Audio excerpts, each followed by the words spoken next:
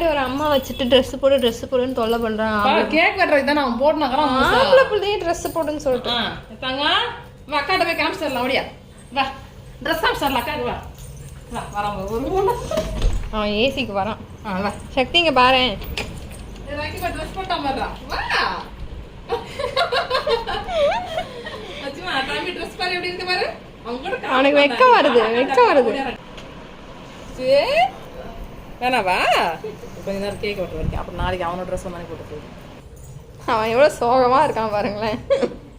என்னடா வாழ்க்கையோ என்னவோ சொல்றாங்க, அவங்களே என்னவோ பண்ணிக்கிறாங்க. என் பேரை மட்டும் அப்பப்போ சொல்றாங்க. அம்மா ஃப்ரெண்ட்ஸ்லாம் வராங்கம்மா. ஃப்ரெண்ட்ஸ்லாம் கூட்டிட்டு வா, கேக் வெட்டலாம். அவங்க என்ன பண்றாங்க? அவங்க யாரும் ரோட்ல போறாங்க. நமக்கு எதுக்கு அந்த வேலை? அவனுக்கு ஏசி தான் வேணும், கேக் வேணாம்.